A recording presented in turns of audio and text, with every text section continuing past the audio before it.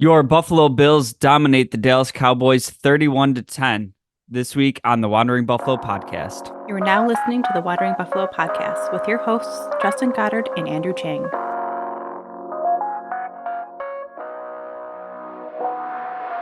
Bills Mafia, welcome into another episode of the Wandering Buffalo podcast, a show on the Buffalo FamBase podcast network.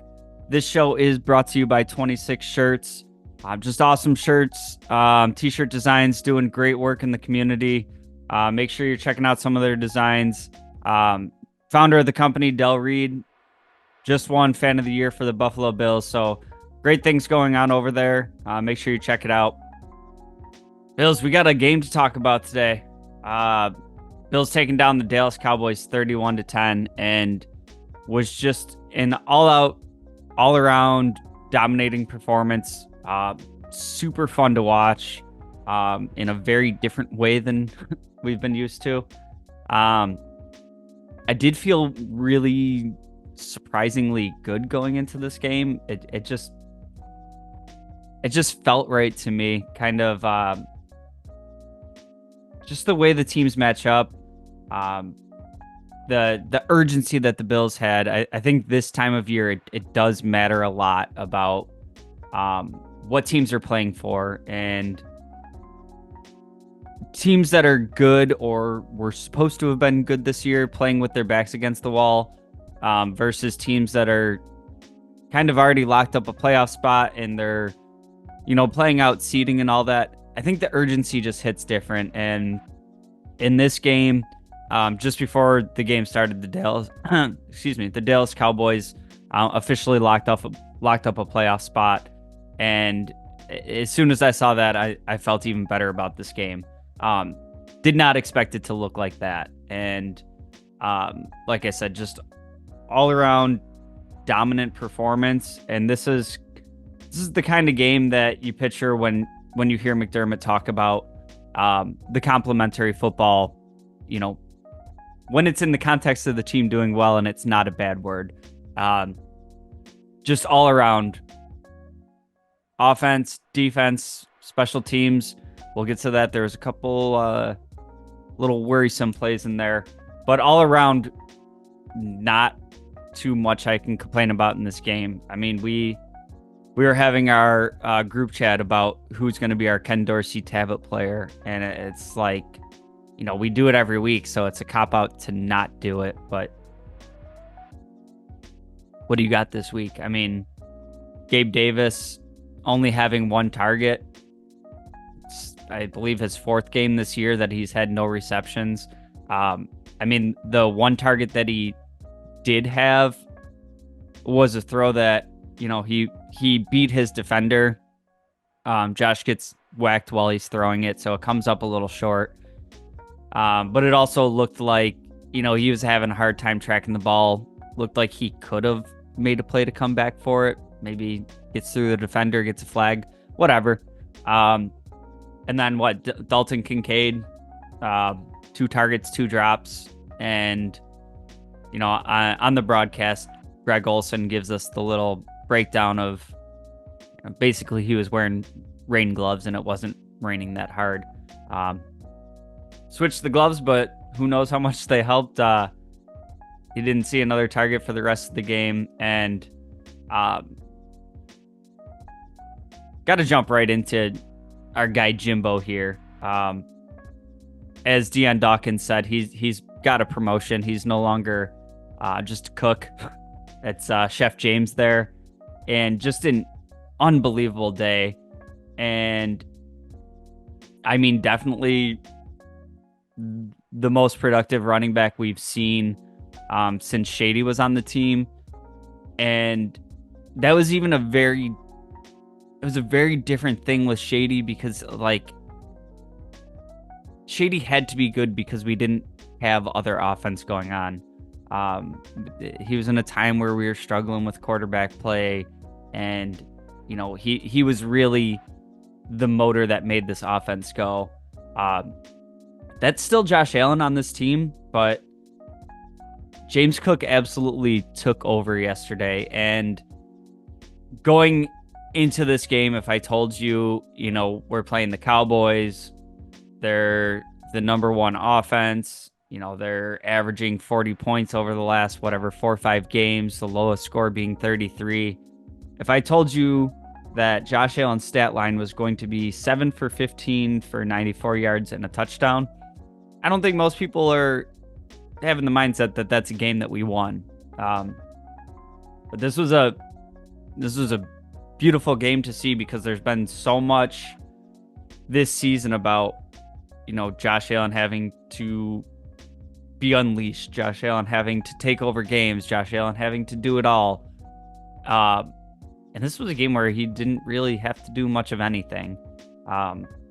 It's always fun to see him throw for, 300 yards, 350 and 4 touchdowns. That's great. Great seeing him, add a rushing touchdown, all that. Seeing a game where you're a team that had to have it and you could do it all through your running backs is absolutely insane. And it's not even just James Cook here. Obviously, he's going to be who we talk about today. 25 carries, 179 yards, adds another 2 catches for 42 yards, 2 total touchdowns, averaging 7 yards per carry. I mean, he was absolutely lightning in a bottle, phenomenal. But the other running backs involved too. Latavius Murray, Ty Johnson. Ty Johnson himself averaging 6 yards a carry. And then in the passing game, your only players with receptions. Now, granted, like I said, it's only 15 pass attempts by Josh Allen. But it's Diggs, it's Cook, and it's Ty Johnson. Nobody else registers a reception today. So just great game plan from Joe Brady, great execution by the offense. And I got to give some props to the offensive line here too, because this is a spot where I had some questions going into the year, right? So we had Connor McGovern in free agency. I felt good about that, but we've also had some duds that we've brought in, particularly that left guard spot with Roger Saffold, and it's just been kind of a turnstile, pun intended, of players coming in. And we get excited for somebody and then they don't look good. You're starting a rookie in Osiris Torrance at the right guard spot. He's been great this year. He had a couple times yesterday where he was kind of got beat by Micah Parsons, but it's almost like it almost looked like it was built into the play because Josh was already moving out of the pocket. And then Spencer Brown, who was a huge question mark for a ton of people this year, myself included. I was hoping that the Bills would do more in the way of bringing in competition. I still wanted him to get the year, just because of that ceiling that he has. But I think he's far and away exceeded my expectations. And yes, the conversation all this week will be about James Cook. The skill positions are the ones that get talked about. It's the yards, the stats here are unbelievable. It's the sexy position, but none of that happens without the offensive line playing the way they did today. So kudos to them. That was probably the best all-around performance that I've seen from this group this year. And that really allowed James Cook to play like this patient style of football. Like we all know how explosive he can be in the open field. We all know, how shifty he can be, how he can make guys miss. But what this offensive line was able to give him was that ability to be patient and pick his spot and then go. And once he's through that first level, linebackers, cornerbacks, safeties, I mean, he's making one of them miss per play for the most part, right? So props to Joe Brady and Aaron Kromer for coming up with this game plan. And then props to the offensive line for giving Cook opportunities. Props to James Cook above all for capitalizing on it. And what I really loved about his performance today is this wasn't just, he gets a seam and he's running for, 15 yards before somebody touches him and he goes down at the first contact. Now, he was making guys miss. He was breaking tackles. We had, pileups happen. The one play that I keep thinking about is, he makes first contact at like 5 yards and gets kind of stood up, and everybody gets on board. It's 2 players, 3 players, 4 players, and it just ends up being everybody pushing him forward. And a run that was maybe 4 or 5 yards ends up being like 12 yards and a first down. So that going alongside with James Cook and his unbelievable performance was a dominating physicality that we haven't seen from this team a ton. And I love seeing that as we're getting close to the playoffs, provided we can get there. We'll talk about that in the second half of the show. But there's been so much since we've drafted Josh Allen of this team being Josh Allen runs, throws, everything was finesse.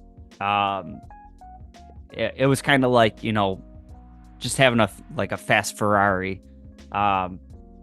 In this game, it looked like the Bills were driving a Humvee, just running people over. And I love seeing that because that's part of what I think has made the Bills come up short in previous postseason runs is other teams being able to out physical them on both of the lines of scrimmage.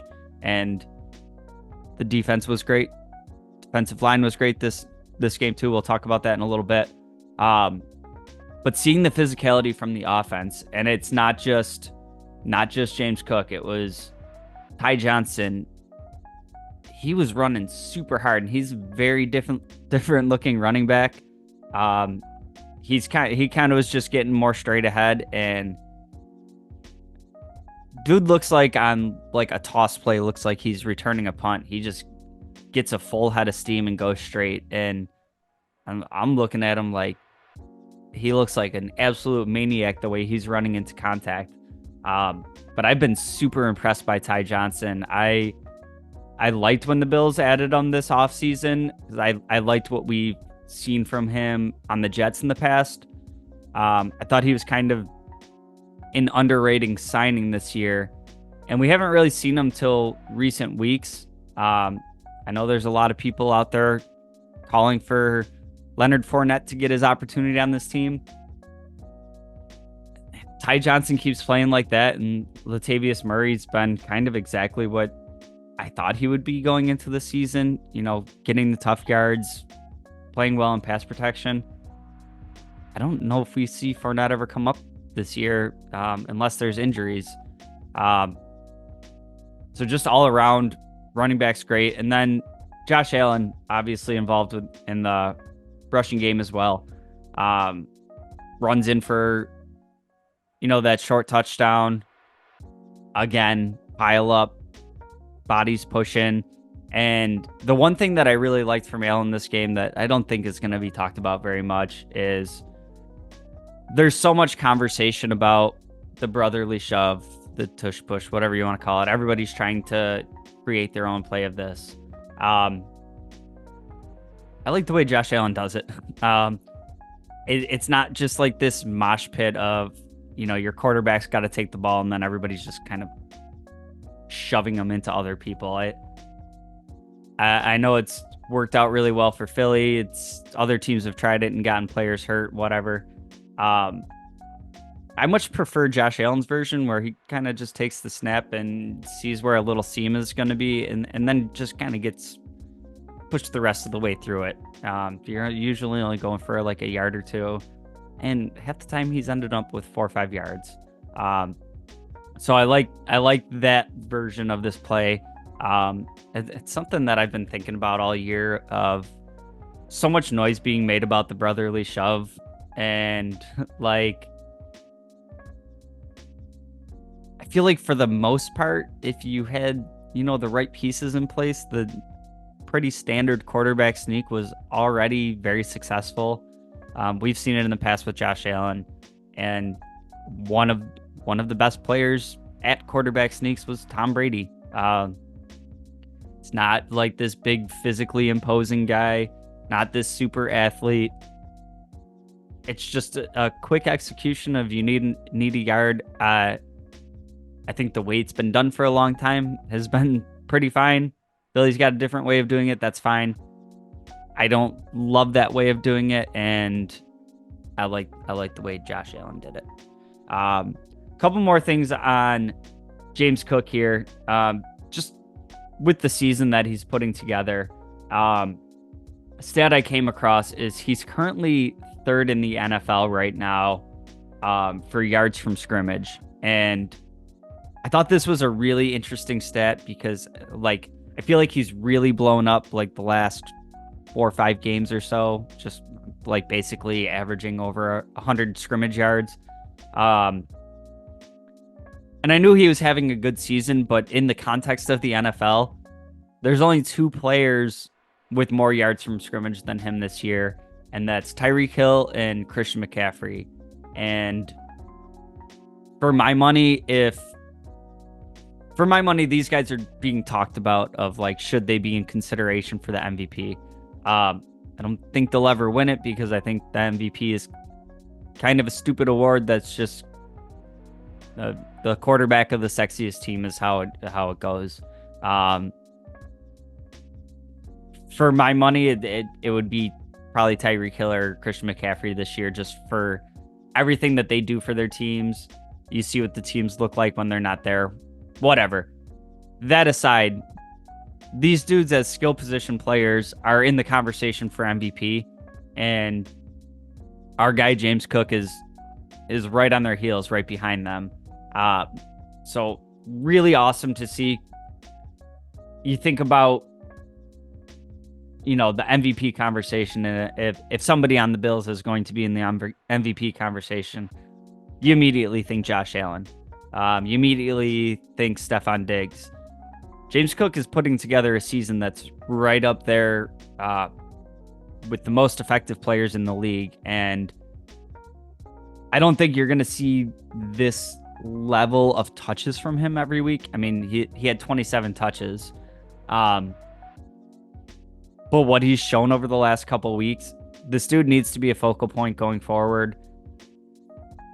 Talking at least like 17, 20 touches a week, just with what he's been able to do with it.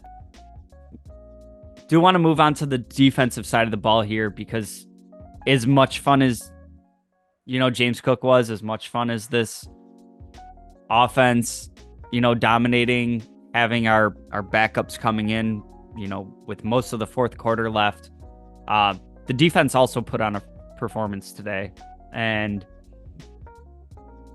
Sean McDermott's had himself in the spotlight over the last couple weeks, and just really, I don't know if he felt the pressure, if it was all kind of coming to a head and it was about to happen anyways. The last 2 games were great game plans, great execution by him. In particular this game, and they kept talking on the broadcast today about, this defense is doing it today without Micah Hyde, and that's kind of like ignoring what everything this defense has been through this year, right? Micah Hyde and Epinesa missing this game. Epinesa's been really coming into his own this season, so it was a big loss, but also not having Micah Hyde back there. To me, that's ignoring like everything else that this defense has overcome. And yes, you've made adjustments during the season to kind of replace that. But you had the number 1 offense in the league coming into town. And yes, you're missing Hyde, you're missing Epinesa, but we're also missing Trey White, Daquan Jones, Matt Milano, like all of these, Milano and Trey White in particular, because they've been here long, these cornerstone pieces of the defense. But the insane level that Daquan Jones started this season at, just to be able to overcome that and really shut down this high-powered offense. I mean, you have Dak Prescott as one of the biggest names in the MVP race right now. Goes 21 of 34 for 134 yards, gets sacked 3 times, and throws an interception. And I'll tell you what, it shows up as 1 interception, but there was like 2, 3, 4 more that could have happened. I know, you can't really play the hindsight maybe game, but I mean, Jordan Phillips had one that was right into his hands. He did a great job on that play of knew he wasn't getting home and kind of just stopped his rush, looked at Dak's eyes and got up for it. Not a catch that I really expect Jordan Phillips to make. So kind of nothing lost there, but we also had Hoyer close on a ball real quick and kind of just through the contact lost it. You had Benford with one thrown right into his chest that he wasn't able to come down with. There was another one with Benford where he was trying to do some toe drag swag on the sideline.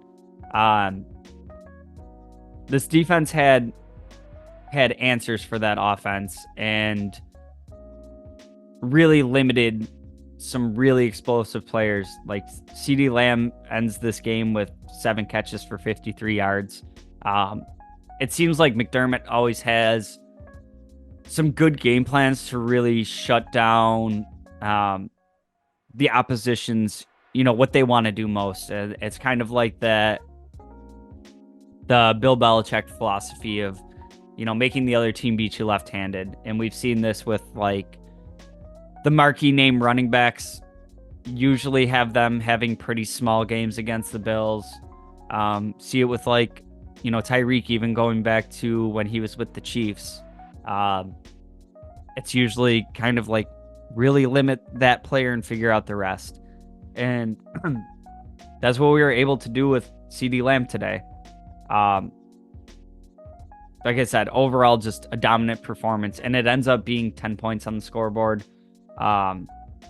Whatever. It is what it is. For the score's the score, right? But the 7 points is kind of moving into, more of a let them have whatever they want underneath and across the middle, keep the clock running, and let's get out of here. Defense came in and held the team that's been averaging 40 points a game to 10. So just all around great performance. Another sack out there for Leonard Floyd. I mean, this has got to be one of the sneakiest good signings that Bean has made in free agency. He's now over double-digit sacks for the year. First player to do that for the Bills since I don't know when. I heard when it was, but I've already lost it. I know it's something that we haven't seen recently. So just crazy season for him. Hopefully, maybe we can get him to stick around in the offseason. That's a conversation for another day. Ed Oliver out there having just another phenomenal game and kind of like the most impactful one tackle game. Nothing really shows up for him on the stat sheet. He had 1 tackle. But he was in the backfield like constantly, causing Dak to move around. I'd say 2 of those 3 sacks you could pretty much lump Ed Oliver in there like he was making the play, because he was affecting it. Greg Rousseau back there, Jordan Phillips with a sack today. I mean, that was just a defensive line performance that we've seen this group be capable of. They've kind of been a little inconsistent at times. They put it all together today for 4 quarters, and it was just a phenomenal performance. And the last person I want to talk about today on the defensive side of the ball, Terrell Dodson. I know we had a lot of people, myself included, very concerned about what the plan was at linebacker. going into the season. Terrell Bernard ends up being a really, bright spot early on. Then Matt Milano goes down, and we're right back to well, what's the plan? Terrell Dodson, while having his limitations, has come in and been a very effective linebacker for this team.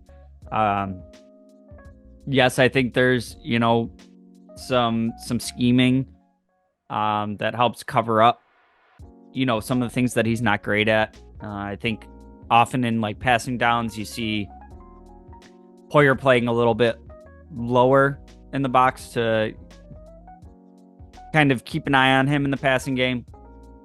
That's fine. I talked about this in the offseason of, kind of if it was more from the perspective of Bernard of, if that's going to be your weakest spot as one of the linebackers, you have ways that you can kind of mask that, you can cover it up. Now, I expected it to be Bernard that had to be covered up. He's been phenomenal. But being able to transpose that onto Dodson, plus the play that he was having by himself, it's been great. And I got apologies for Terrell Dodson. Still rather it be Milano, but he's exceeded my expectations.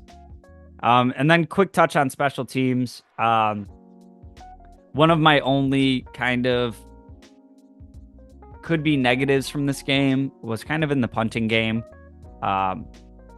We saw one punt get very nearly blocked, and then a second punt that 100% should have been blocked. Defender leaves their feet instead and ends up being roughing the kicker that gives the Bills the first down. Great that it shook out that way for the Bills. If that defender stays on his feet, and we didn't see it happen, but for me, that was going to be a blocked punt. So instead of, getting a first down that ends up turning into a touchdown drive, could have easily been 6 points going the other way. So definitely something to take a look at there of,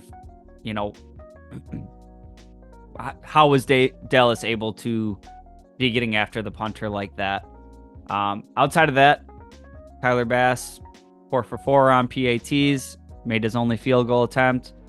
And then I thought Hardy had a really good day return-wise. Returned 2 punts for 32 yards, only 7 yards on his one kick return. But smart plays with the ball, making the right decisions, fielding punts, and then having a little bit of juice in getting some yards back on some punt returns. So overall, pleased with the special teams.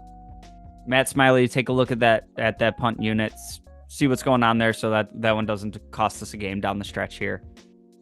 We're going to take a quick break. On the other side, I just want to talk about some of the other games in the NFL this weekend and what the future looks like for the Bills down the stretch here. Stick around.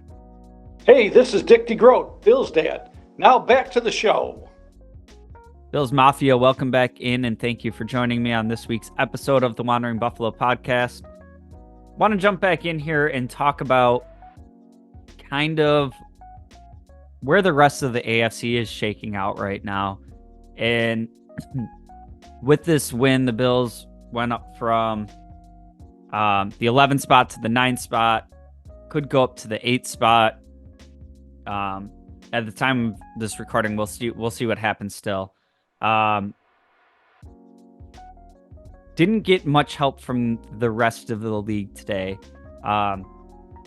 which it really sucks having the team that we have and feeling like we're in the 2000s drought Bills, just, scoreboard watching, seeing if anybody did us any favors. But they didn't. Ravens beat the Jaguars. That pushes them down into, this muddied up wild card picture, kind of plants them back in there with us, with another team that we don't have the head-to-head victory on. Titans take the Texans to overtime. and end up losing there. The Bears, last play of the game, Bears have a chance at a Hail Mary. Bounces down. I forget who the player was, but it kind of lands in his chest and he's not able to secure it. That would have been, a beautiful walk-off Hail Mary that could have helped us out. I was very confident in the Jets against the Dolphins. I thought their defense would find a way to shut down the Dolphins, especially with Tyreek out, especially with their center out for the season, Quinnen Williams there in the middle. Jets did absolutely nothing for me in that game. That's why we can't be counting on anybody else to do us any favors. And then Steelers and Colts. I mean, that was a win for us because they're both right there. So like, one of them had to win, one of them had to lose. That's fine with me. Lions did take care of the Broncos. And then the Vikings had a chance to take down the Bengals in overtime. They came up short as well.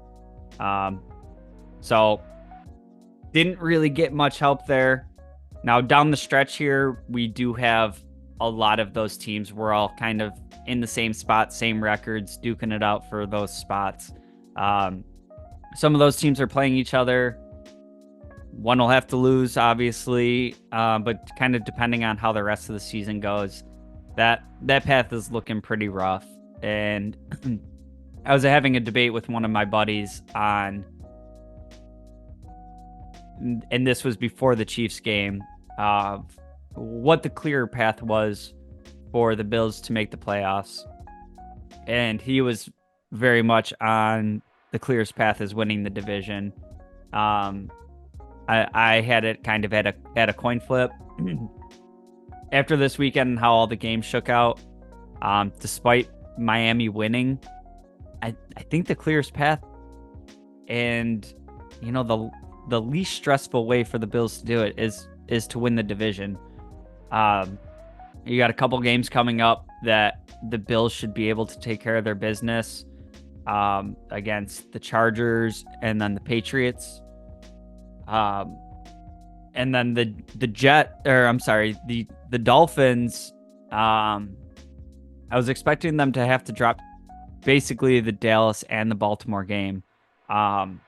They had that surprising loss to the Titans, and it's definitely not one I was counting on. Definitely one that helps us out significantly. So if the Bills are able to win out here, I mean, you're talking about you need the Dolphins to lose one of the next two games here between the Cowboys and the Ravens. And I'll tell you what, I feel like the Cowboys are going to be coming into that game pretty revved up. And then the Ravens are looking like maybe the best team in the AFC right now. Before wrapping up with the Bills week 18. So week 18 could be all the marbles for the division. I do think if the Bills are able to get themselves in the position to be playing for the division week 18, probably means they've also locked up a wild card spot, but I don't want to play that game. We saw how dominant the Patriots were in this division for so long, and we've kind of started on that path. And it looked like it was a complete lost cause like 3 weeks ago. Now looking at it, it doesn't seem all that unreasonable. I mean, I know we have a loss to the Patriots this year. Super embarrassing, and the Bills right now are a completely different team than when we played them last. There's some talk about the, we just fired our coach bump for the Chargers. It's a thing. It is a thing. We see it time and time again. Just a really struggling team fires their coach and bounces back and has like one game that's just completely out of character, and then they kind of go back to who they were. I'm not as concerned about that with the Chargers right now. I think they looked pretty tapped out in that massacre against the Raiders.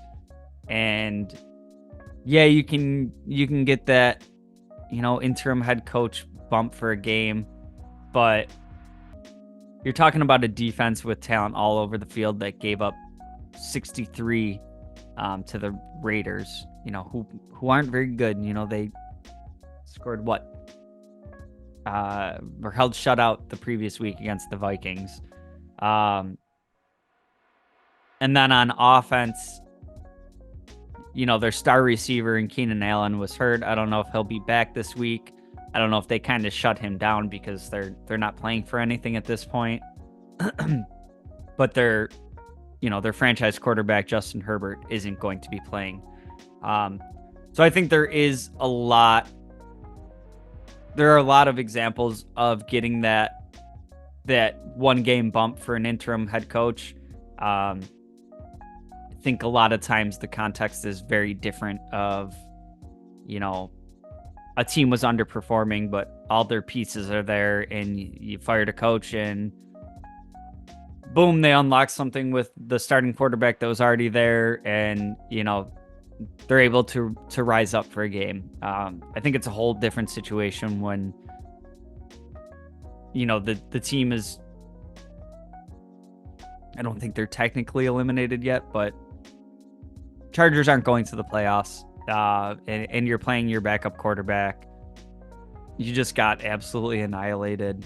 So, I mean, realistically, the Bills should rattle off the next two and be sitting at 10-6 headed into that Miami game. And as it stands right now, like I said, Miami's got Dallas and Baltimore coming up. I wouldn't be surprised to see them lose both of those games. So certainly not the upcoming end of the season that I was expecting going into this year. Had the Bills at something like, 13 wins, 12, 13 wins, maybe edging Miami out for the division by like one game. I did think Miami was going to be some competition this year. Then we got about halfway through the season, and, I still think we'll make the playoffs, but it's, going to be as a wild card spot. We're not going to catch Miami, blah, blah, blah. Down to, 3 games left, and that division's still on the table. The Bills just got to go out there and handle their business. Hope Miami coughs up a game or two. Even if they just lose one, going into the final week, we have the head-to-head tiebreaker with the Dolphins. So that division is still very much in play. It is going to be an exciting end to the season here, and I'll tell you what, if the Bills get in, regardless of what seed they make it as, this is not a team that people are going to want to catch in the playoffs right now. A team that has had their struggles, overcome their adversity throughout the season. They're playing good football right now, coming in hot. Joe Brady's looks like he's calling great offenses. Lookout league if the Bills get in. So we'll see what happens down the stretch. We'll be here every week, breaking it down for you along the way. Make sure you don't miss anything. Like, share, subscribe, tell a friend about it. Enjoy the rest of the season with us. We'll be back next week, breaking down the Chargers game. So make sure you tune in. And as always, go Bills.